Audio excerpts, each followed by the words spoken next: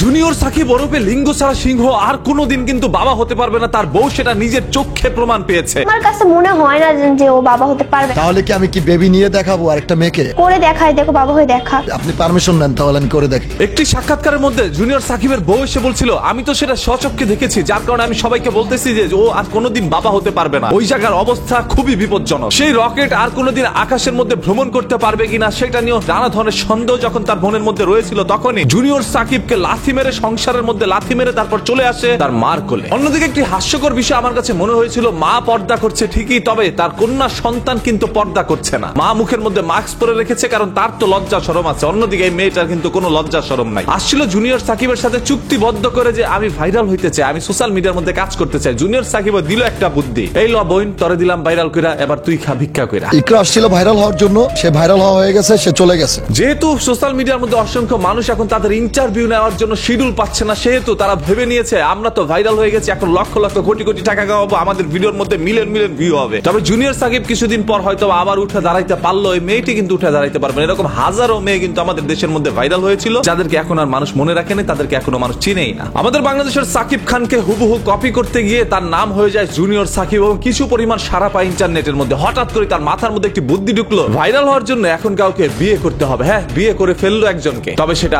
কট খেয়ে। মানে জুনিয়র সাকিবকে বাধ্য করে শিখা রহমান তাকে বিয়ে করার জন্য, এবং কিছুদিন তাদের সাথে সংসারও হয়। তারপর শিখা তার পুরুষাঙ্গ কেটে নিয়ে যায়। এটা তো দুই টুকরা করে ফেলছিল, কারণ আমার বাকি অংশটা কিন্তু ওর হাতে ছিল। সেই পুরুষাঙ্গ জোড়া লাগানোর জন্য হসপিটালে দীর্ঘদিন তিনি ভর্তি থাকে। বছর না কাটতেই তিনি দাবি করে নেয় তার পুরুষাঙ্গ আবার আগের পর্যায়ে চলে গিয়েছে, এখন তিনি বাবা হতে সক্ষম। আল্লাহ চাইছে বিদায় হয়ে গেছে। আর যখন এই কথাটি মেয়েটি শুনে, তখন সাথে সাথে জুনিয়র সাকিবকে বিয়ে করার জন্য ছুটে চলে আসে। কোথাও কোথাও শোনা যাচ্ছিল নিজের ইচ্ছাকৃতভাবে জুনিয়র সাকিবকে তিনি বিয়ে করেছে, আবার কোথাও শোনা যাচ্ছিল জুনিয়র সাকিব তাকে বাধ্য করে তারপর বিয়ে করেছে।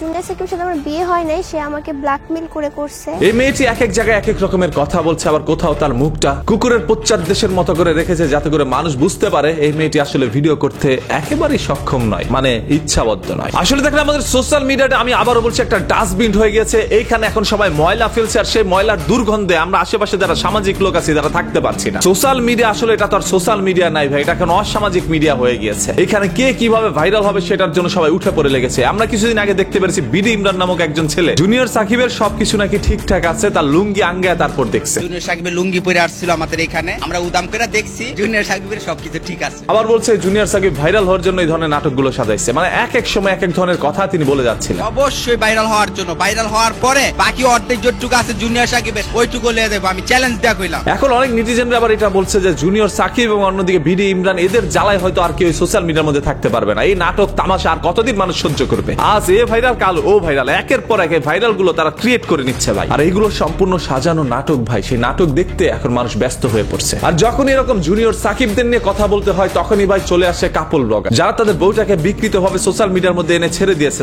তোর যা খুশি করে বেড়া ভাই, তারপর ওইখান থেকে টাকা কামায় আমার মধ্যে দে। মানে জামাইয়ের দরকার টাকা, আর বউরও দরকার ফেমাসিটি, পপুলারিটি, যাতে করে মানুষ তাকে দুই চারটা মেসেজ দিয়ে বলে ভাবি আপনার অন্যান্য নিচে আমার দাবি। কারণ মেয়েগুলোর এগুলো শুনতে ভালো লাগে, আর ছেলে ওই যে মাস শেষে ডলার পায়, এটা তার দেখতে ভালো লাগে। কারণ সেই জামাইও কিন্তু বুদ্ধিমান, সে জানে যে সবাই মোবাইলের মধ্যে দেখতে পারবে, তবে কখনো ছুঁয়ে দেখতে পারবে না, তার গন্ধ শুনতে পারবে না। একটা সময় রাজা এবং জমিদাররা নর্তকী ভাড়া করে নিয়ে যেত নাচানাচি করানোর জন্য, সারা রাত নাচানাচি করতো, এবং এক সময় তারা সহবাসে লিপ্ত হতো। ভাই এখন তো যুগ অনেক উন্নত হয়েছে, এখন নর্তকী আপনি চাইলে যেখানে সেখানে পাবেন। এখন নর্তকীদের নাচ দেখার জন্য আপনার যেতে হবে টিকটক বা অন্যান্য সোশ্যাল মিডিয়া প্ল্যাটফর্মের মধ্যে। এখন টিকটকাররা চলে আসছে ফেসবুক, ইউটিউবের মধ্যে। আপনারা এখানেও নর্তকীদের হাজার ধরনের ভিডিও পাবেন, যেখানে আরো অশ্লীল ভাবে তাদের এই ধরনের জিনিসগুলো প্রকাশ করছে। এবং আপনি যদি ফুল ম্যাচও দেখতে ইচ্ছা করে, তাহলে জামাই বউ মিলে তারপর সে ম্যাচ বানায় আপনাদের মাঝে ছড়িয়ে দিবে, সেটা দেখে আবার তাকে আপনারা সেলিব্রিটি বানিয়ে দিবে। লজ্জা শরমের মাথা খাইয়া আজকে দেশের এই অবস্থা। কে দিবে এই সকল জিনিসের ব্যবস্থা?